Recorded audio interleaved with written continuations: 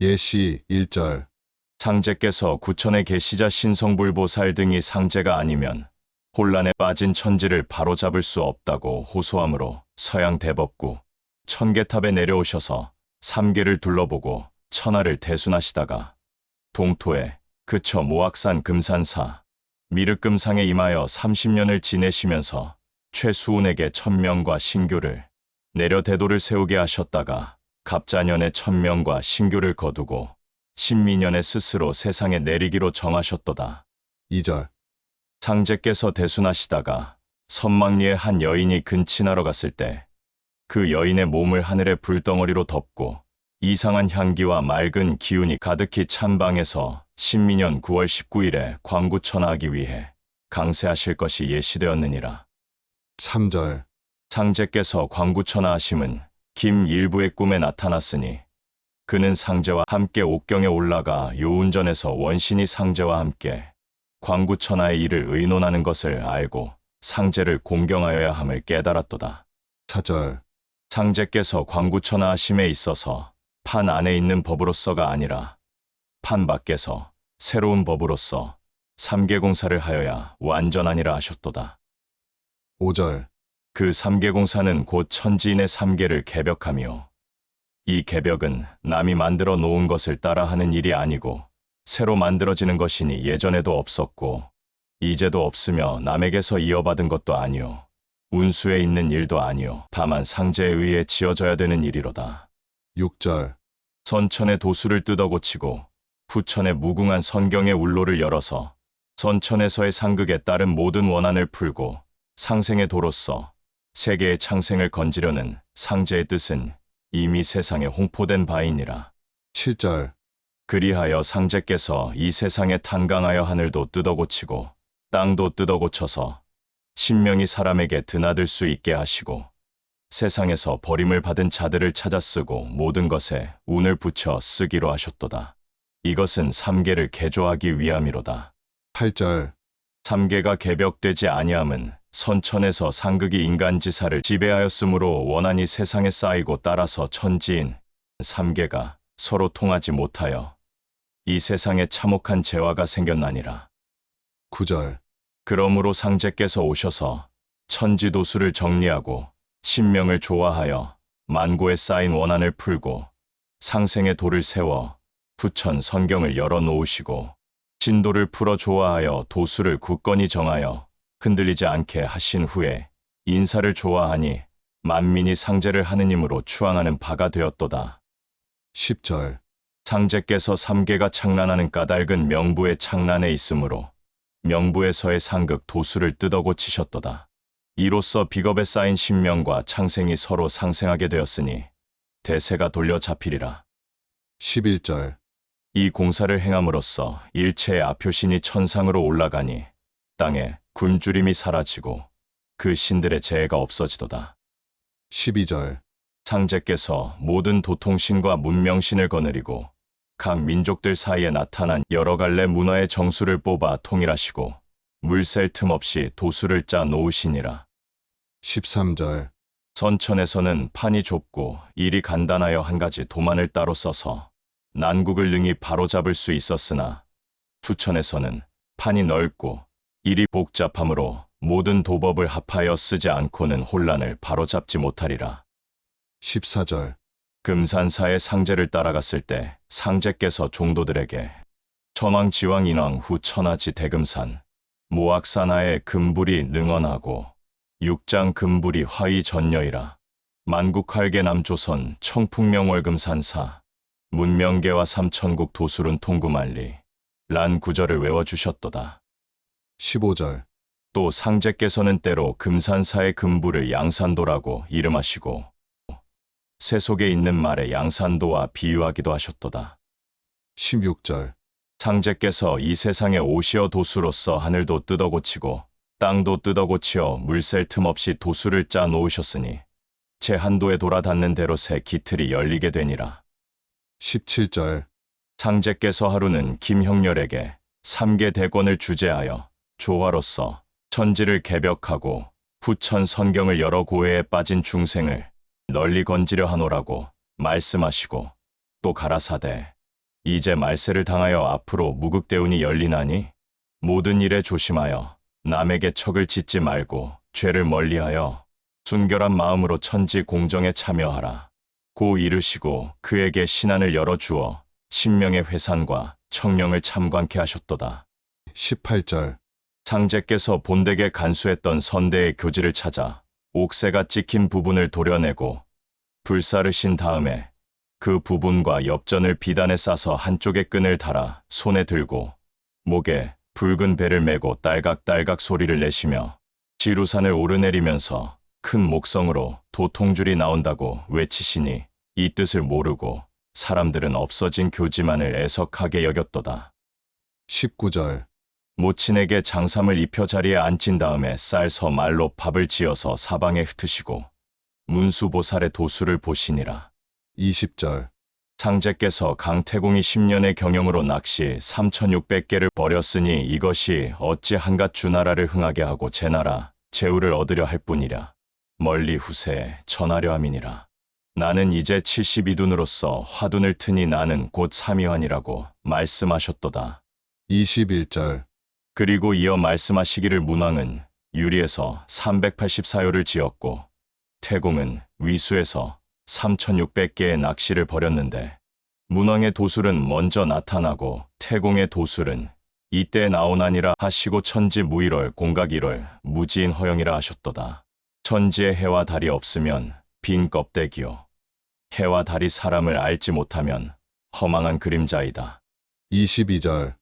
또 말씀하시기를 신농씨가 농사와 의학을 천하에 펼쳤으되 세상 사람들은 그 공덕을 모르고 매약에 신농유업이라고만 써붙이고 강태공이 부국강병의 술법을 천하에 내어놓아 그 덕으로 대업을 이룬 자가 있되 그 공덕을 악모 하나 보답하지 않고 다만 디딜방하에 경신년 경신월 경신일 강태공 조작이라 써 붙일 뿐이니 어찌 도리에 합당하리요. 이제 해원의 때를 당하여 모든 신명이 신농과 태공의 은혜를 보답하리라 고 하셨도다. 23절. 이제 동양 형세가 위급함이 누란과 같아서 내가 붙잡지 아니하면 영원히 서양에 넘어가리라.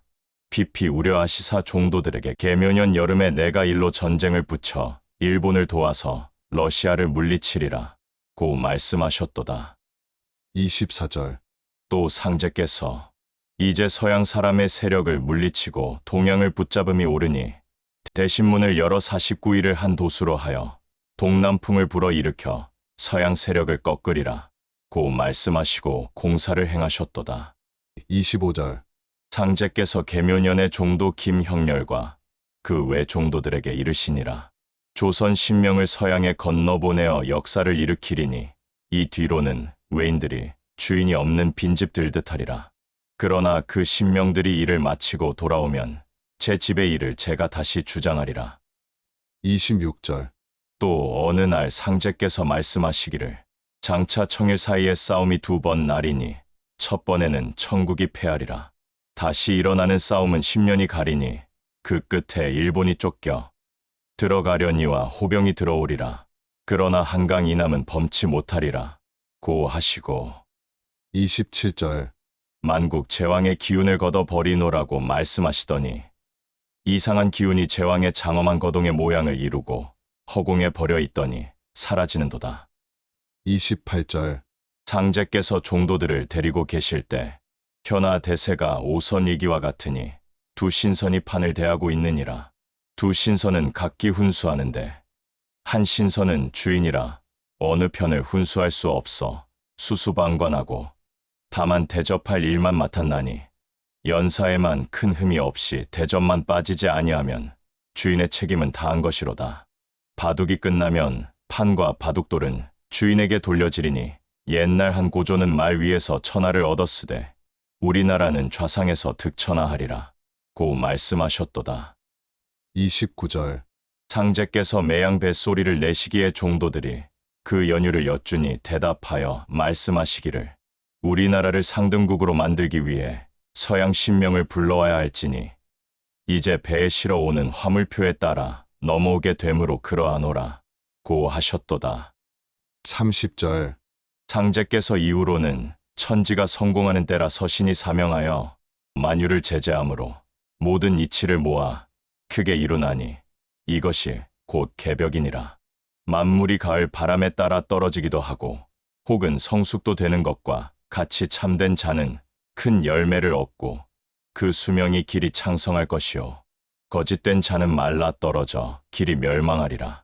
그러므로 신의 위엄을 떨쳐 불의를 숙청하기도 하며 혹은 인애를 베풀어 의로운 사람을 돕나니 복을 구하는 자와 삶을 구하는 자는 힘쓸지어다라고 말씀하셨도다.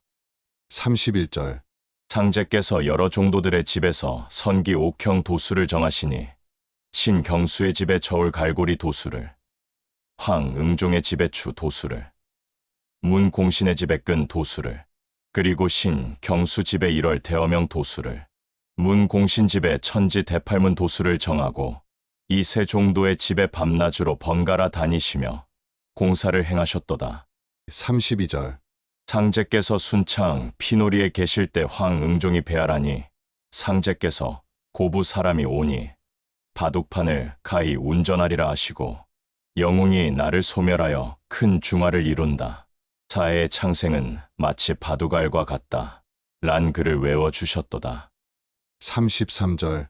상제께서 하멸의 종도 김보경으로 하여금 큰 북을 대들보의 다람에게 하시고 병자정축을 밤이 새도록 내리 외우시면서 북을 치며 이 소리가 서양에까지 울리리라고 하셨도다. 34절. 상제께서 하루는 자신이 알고 계시는 문자로서도 능히 사물을 기록하리라 말씀하시고 옥편을 불사르고 이어서 천수경사여 해동 명실록 강절 관매법 대학과 형렬의 채권 문서 등을 모조리 불사르셨도다. 이것을 종도 김형렬이 지켜보았느니라. 35절. 최창조는 상제께서 자기 집에 오셔서 짚을 물에 죽여 상투 모양으로 매셨다가 풀고 풀었다가 매기도 하시면서 머리를 깎으려니 가위를 가져오라 하시고 글을 쓰신 후에 불사르고 땅에 묻으시는 것을 보았느니라. 36절. 상제께서 백지 7장의 병은 자기 자신에게서 비롯된다와 태어나 태포에 쌓이고 길러져 생하고 목욕을 거쳐 관대와 왕성한 시기를 지나 쇠약병 죽음을 겪고 마지막 장사로 돌아간다. 는 글을 써서 각각 봉하신 후에 김형렬을 시켜 전주에 있는 7사람에게 전하고 해가 지기 전에 되돌아오게 하셨도다.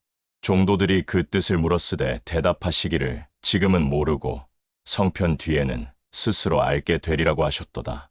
김형렬은 전주에 가서 이르신 대로 김병욱김, 광찬김, 윤근, 김준찬김, 낙범 등에 나눠주었으되 나머지 사람은 출타하였으므로 날이 저물까봐 그냥 돌아오니라. 이것을 보시고 상제께서 늦어도 다 돌리고 올 것이었거늘 하시면서 꾸짖으셨도다. 37절. 상제께서 김자연에게 이르사 그의 방위 후에 반드시 약방이 되리라고 일러주시고 민영환의 만장을 지어 그에게 주고 쓸 데 있으리니 외우라고 하셨도다.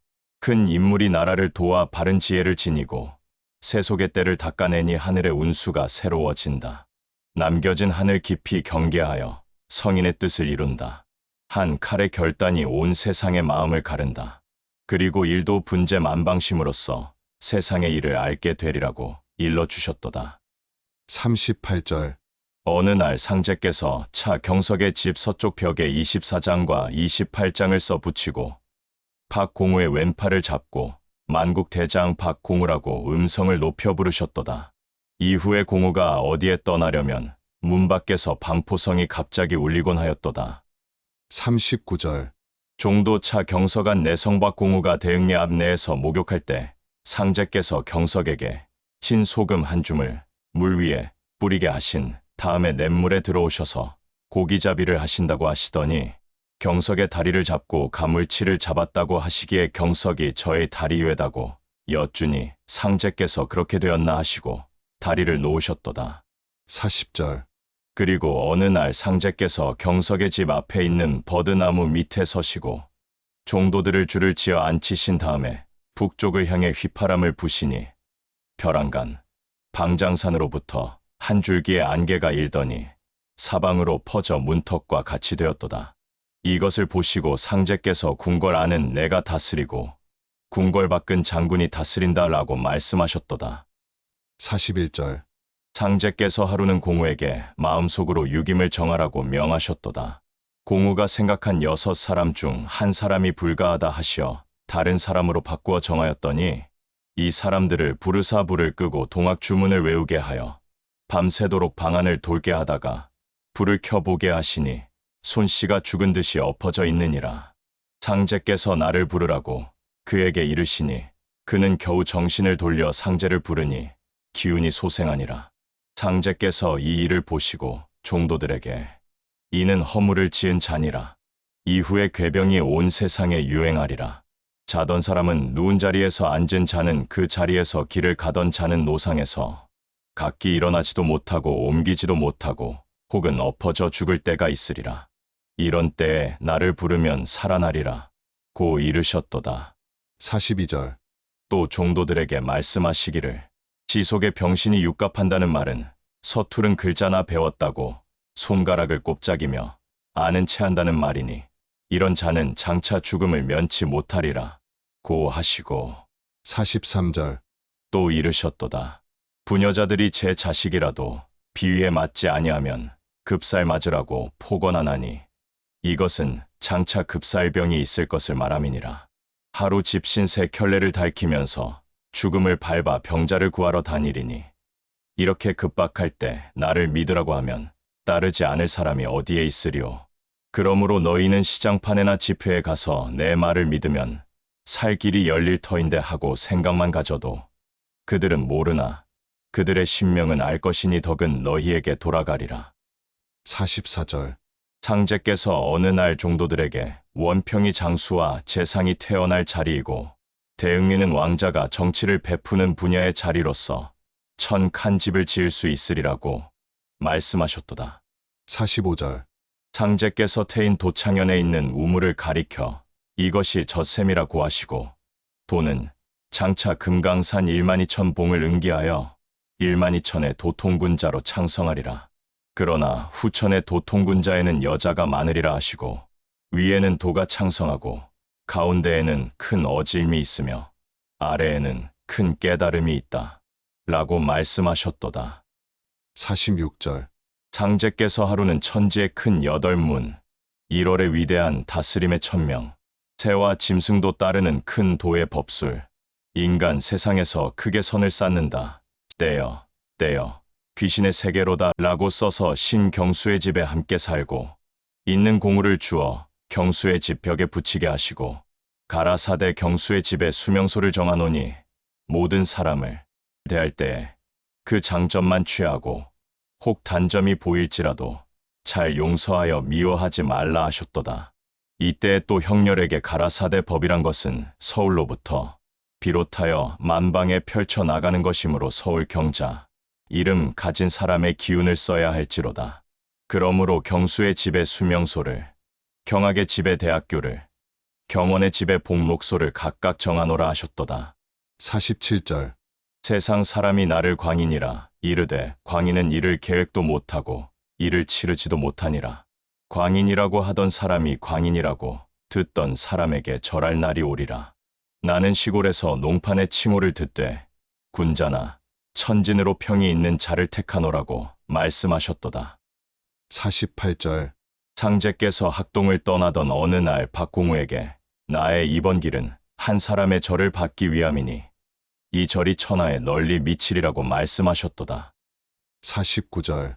김경학이 김자선의 집에서 하룻밤을 지냈을 때 상제께서 어젯밤에 꿈 이야기를 하라고 경학에게 이르시니 그는 개 한 마리가 우물에 빠진 것을 보고 구하러 달려갔더니 그 개가 우물에서 뛰어나와 다른 곳으로 가 버렸나이다고 꿈 이야기를 여쭈니 상제께서 속담의 강성을 강하지라 아니라 내가 꿈을 옳게 꾸었도다고 말씀하셨도다.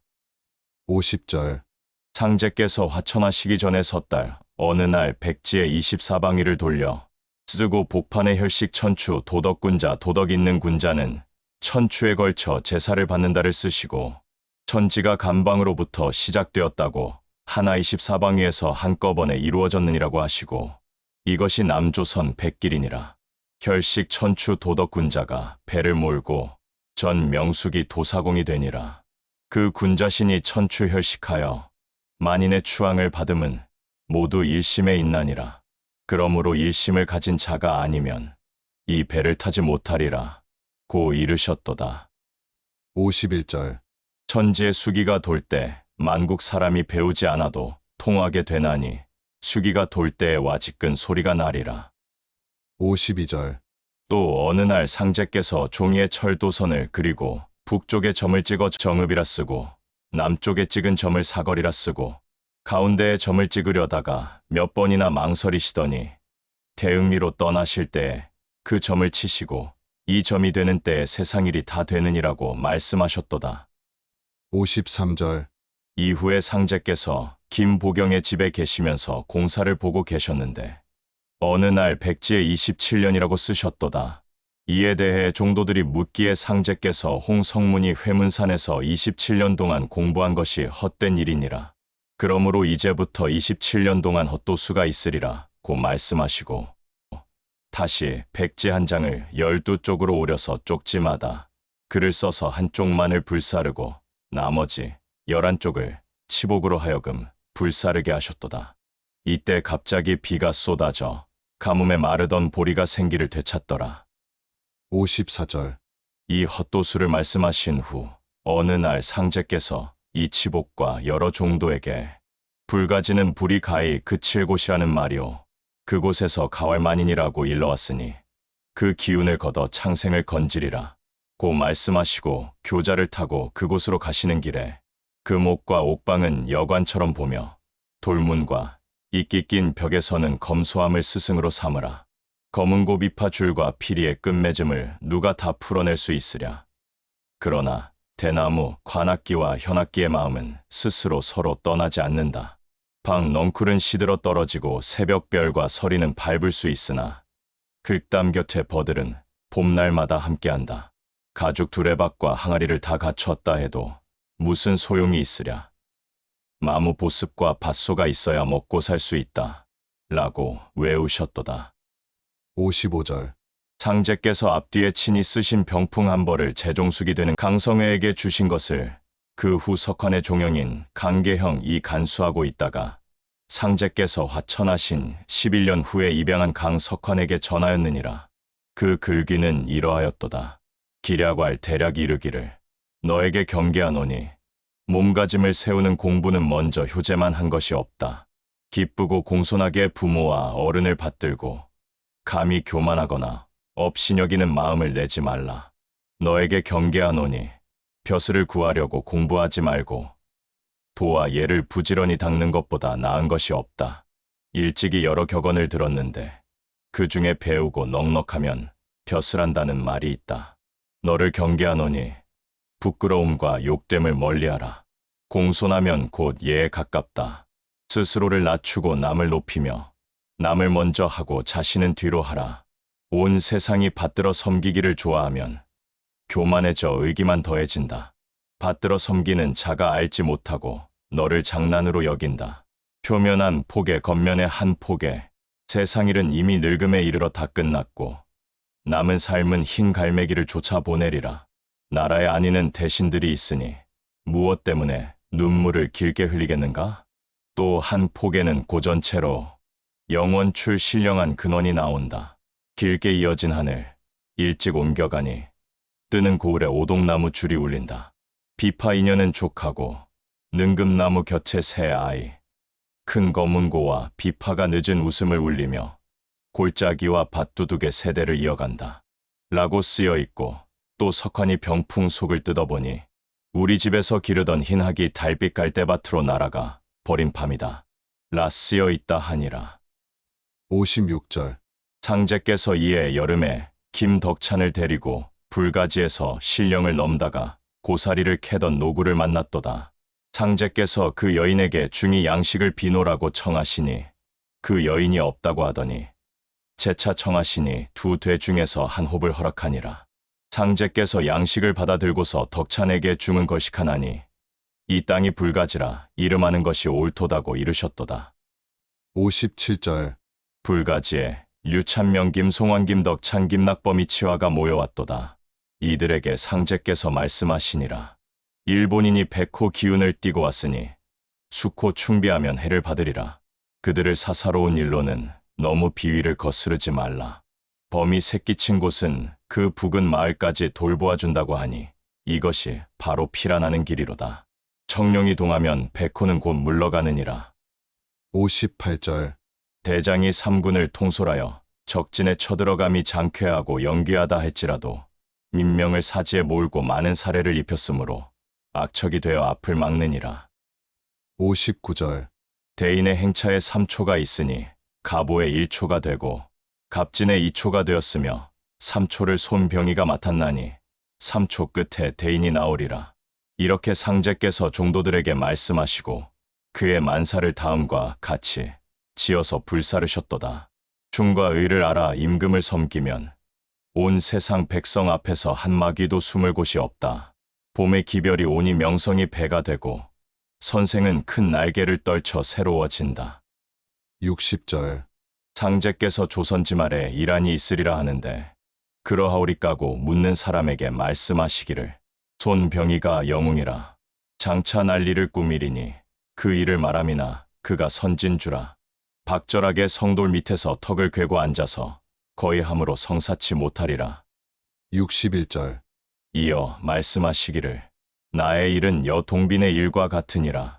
그가 인간의 인연을 찾아서 장생수를 전하려고 빗장사로 변장하고 거리에서 이 빗으로 머리를 빗으면 흰 머리가 검어지고 굽은 허리가 고다지고 노구가 청춘이 되나니 이 빗값은 천냥이로다고 외치니 듣는 사람마다 허황하다 하여 따르는 사람이 없기에 그가 스스로 한 노구에게 시험하여 보이니 과연 말과 같은지라.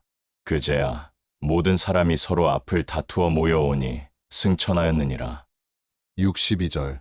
또 원평이 지금은 건너다 보이나 훗날에는 건너다 보이지 않을 때가 오리라. 그러나 또 다시 건너다 보일 때가 있으리니 그때가 되면 세상 일이 가까워짐을 깨달을지어다. 63절. 상제의 부친이 말년에 집신을 삼아 호구를 하시는 어려운 생활을 하였도다. 그러던 어느 날 상제께서 집신을 삼고 있는 부친을 가리켜 착고를 벗는 중이라고 말씀하셨도다. 64절. 상제께서 갱망리 본댁에 돌아와 계실 때에 가족들에게 매사 부대 자열내라 모든 일을 저절로 오기를 기다리지 않는다고 이르시고 성외 석환생가 조부의 집에 가셔서 영택 석환의 부친에게 장차 나를 대신하여 가사를 돌보라. 고목의 꽃이 피리라고 이르시니라. 65절. 속담의 지프로 만든 계룡이라고 하는데 세상 사람은 올바로 일러주는 것을 깨닫지 못하는도다. 66절. 상제께서 빗물로 벽에 인형을 그리고 그 앞에 청수를 떠놓고 꿇어 앉아서 상여 운상의 소리를 내시고 이마두를 초원하여 광주 무등산 상제봉조에 장사하고 최수운을 초원하여 순창 회문산 오선이기에 장사하노라 하시고 종도들에게 24절을 읽히고 또 말씀하시니라. 그때도 이때와 같아서 천지에서 혼란한 시국을 광정하려고 당 태종을 내고 다시 24장을 내어 천하를 평정하였나니 너희들도 그들에게 밑가지 않는 대접을 받으리라. 67절. 상제께서 또 어느 날 약방 대청에 앉고 유찬명을 마루 아래에 앉히고 순창 오선이기 무한 호승예불 태인 군신봉조 청주 만동묘라 쓰고 불사르셨도다. 이때 찬명이 좀 방심하였더니 상제께서 말씀하시기를 신명이 먹주를 잡고 있는데 내가 어찌 방심하느냐 하셨도다. 68절. 또 상제께서 용두치에 가서 계실 때 하루는 마당에 촛불을 밝히고 하늘에는 해와 달의 빛이 있고 땅에는 초목의 작용이 있다. 천도의 이치는 밝음에 있기 때문에 사람은 해와 달 속에서 살아간다. 땅에 도는 만물을 기르는 작용에 있으므로 사람은 초목에 의해 산다라 써서 불사르셨도다. 이때 구름이 하늘을 덮고 비바람이 크게 일어도 촛불이 요동하지 않았도다. 상제께서 찬명의 서북 하늘에 구름 사이에 별 하나가 반짝이고 동남 하늘에 구름이 흩어져 별이 많이 반짝인다는 복명을 들으시고 서북에서 살아날 사람이 적고 동남쪽에서 많으리라고 이르셨도다. 69절. 이런 일이 있은 후 어느 날에 상제께서 종도들에게 오늘 천국 만리창 신명이 오리니 잘 대접하여야 하리라고 이르셨도다. 70절. 상제께서 구리골 약방에서 약장은 안장롱이고 신주독이니라. 여기에 배접한 종이를 뜯을 날이 속히 이르러야 하리라. 고 말씀하시고 그 후 대응리에서 고부인에게 약장은 내 농바리가 되리라고 이르셨도다. 71절. 다시 약방에 이르사 8종도를 버려 앉히고 사물탕 한 첩을 지어 그 첩면에 인형을 그리고 두 손을 모아 두르시면서 시천주를 3번 외우신 후에 종도들로 하여금 그렇게 하라고 말씀하셨도다. 남조선 배가 범피중류라 저 강물 한가운데를 떠다닌다로다. 이제 육지에 하륙하였으니 풍파는 없으리로다 하셨도다. 72절. 또 말씀하시기를 24가지 약종만을 잘 쓰면 만국의원이 되리라 하셨도다. 73절. 신도로서 크고 작은 일을 다스리면 현묘 불측한 공이 이룩되나니 이것이 곧 무의하니라. 신도를 바로잡아 모든 일을 도에 맞추어서 한량없는 선경의 운수를 정하리니 제 도수가 돌아 닿는 대로 새 기틀이 열리리라. 지나간 임질란을 최풍원이 맡았으면 사흘에 불과하고 진묵이 당하였으면 석 달이 넘지 않고 송구봉이 맡았으면 8달에 평란하였으리라. 이것은 다만 선부류의 법술이 다른 까닭이니라. 옛적에는 판이 좁고 일이 간단함으로 한 가지만 써도 능히 광란을 바로잡을 수 있었으되 오늘날은 동서가 교류하여 판이 넓어지고 일이 복잡하여져서 모든 법을 합하여 쓰지 않고는 혼란을 능히 바로잡지 못하리라. 74절. 또 지난 임진왜란 때 일본 사람이 우리나라에 와서 성공치 못하고 도리어 3가지의 한만 맺었으니 소위 사만당이니라. 첫째로 저희들이 서울에 들어오지 못함이 이라니요. 둘째는 무고한 인명이 많이 살해되었음이 이아니요. 셋째는 못 심는 법을 가르쳤음이 사만이라. 이제 해원시대를 당하여 저들이 먼저 서울에 문안이 들어오게 됨으로써 이란이 풀리고 다음 인명을 많이 살해하지 아니함으로써 이안이 풀리고 셋째로는 고안 3년으로 백지 강산이 되어 민무추수하게 됨으로써 사만이 풀리리라. 75절. 용력수를 배우지 말지어다. 기차와 윤선으로 100만 근을 운반하리라. 축지수를 배우지 말라. 운거를 타고 바람을 제어하여 만리 길을 경각에 왕래하리라. 76절. 어느 날 상제께서 종도들에게 앞으로 술수를 거두리라고 이르시니라. 77절. 선천에는 108염주였으되 부천에는 105염주니라. 78절. 48장을 늘여세우고 옥추문을 열 때에는 정신을 차리기 어려우리라. 79절. 상제께서 하루는 공우에게 말씀하시길 동학 신자는 최수운의 갱생을 기다리고 불교 신자는 미륵의 출세를 기다리고 예수 신자는 예수의 재림을 기다리나 무구 한 사람만 오면 다 저희 스승이라 따르리라고 하셨도다. 80절. 부천에는 사람마다 불로불사하여 장생을 얻으며 괴압을 열면 옷과 밥이 나오며 만국이 화평하여 시기 질투와 전쟁이 끊어지리라. 81절. 부천에는 또 천하가 한 집안이 되어 위무와 형벌을 쓰지 않고도 조화로서 창생을 법리에 맞도록 다스리리라. 벼슬하는 자는 화권이 연려분에 넘치는 법이 없고 백성은 원울과 탐음의 모든 번뇌가 없을 것이며 병들어 괴롭고 죽어 장사하는 것을 면하여 불로불사하며 빈부의 차별이 없고 마음대로 왕래하고 하늘이 낮아서 오르고 내리는 것이 뜻대로 되며 지혜가 밝아져 과거와 현재와 미래와 시방 세계에 통달하고 세상의 수화풍의 삼재가 없어져서 상서가 무르녹는 지상성경으로 화하리라. 82절. 이제 너희들이 지금은 고생이 있을지라도 내가 단식하여 식록을 붙여주고 여름에는 겹옷을 겨울에는 홑옷을 입어 뒷날 빈궁에 빠진 중생으로 하여금 옷을 얻게 함이니 고생을 참을지어다. 장차 천하 만국을 주유하며 중생을 가르칠 때 그 영화는 비길 데가 없으리라. 83절. 보라, 선수를 얻고자 10년 동안 머슴살이를 하다가 마침내 그의 성의로 하늘에 올림을 받은 머슴을 그는 선수를 배우고자 스승을 찾았으되 그 스승은 선수를 가르치기 전에 너의 성의를 보이라고 요구하니라. 그 머슴이 10년 동안의 진심간력을 다한 농사 끝에야 스승은 머슴을 연못가에 데리고 가서 물 위에 뻗은 버드나무 가지에 올라가서 물 위에 뛰어내리라. 그러면 선술의 통하리라고 일러 주었도다. 머슴은 믿고 나뭇가지에 올라 뛰어내리니 뜻밖에도 오색 구름이 모이고 선악이 울리면서 찬란한 보련이 머슴을 태우고 천상으로 올라가니라. 84절. 상제께서 하루는 종도들에게 7에서 8년 동안 옛성에서 그림 속 천지가 한 덩이로 뭉쳐졌다. 검은 옷의 무리가 북풍의 천리를 휘몰아치고 대낮의 해는 서쪽에 기울어 밤은 오경에 이른다. 동쪽에서 청운이 일어나도 허공의 그림자만 있고 남쪽에서 붉은 표범이 오나 호련히 소리조차 없다. 호랑이 토끼 용뱀이 만나는 날 죄 없는 백성들만 명 중에 한 명만 살아남는다. 이라고 옛글을 외워주셨도다. 85절. 또 상제께서 종도들에게 세 사람이 함께 70리를 가고 오로봉 앞에서 21가 된다.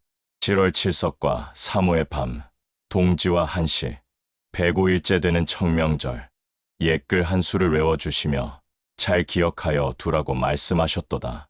또 종도 김병선에게 해가 서쪽에 지고 해시와 자신은 구분하기 어렵다. 해가 임묘진 시에 떠도 이를 알지 못한다.